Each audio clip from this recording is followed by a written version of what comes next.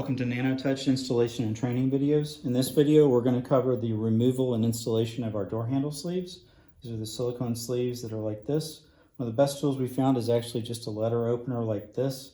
You'll want to have some Windex on hand for lubricant and then just a dry paper towel in case you need it. So quickly, you just install.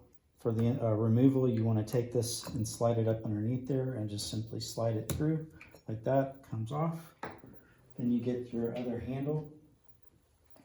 You want to spray the door handle itself. Get a fair amount of Windex on there. Simply slide the flat end up over the tip. This is a fairly large handle, and you can see with the Windex on there, it's a fairly easy installation.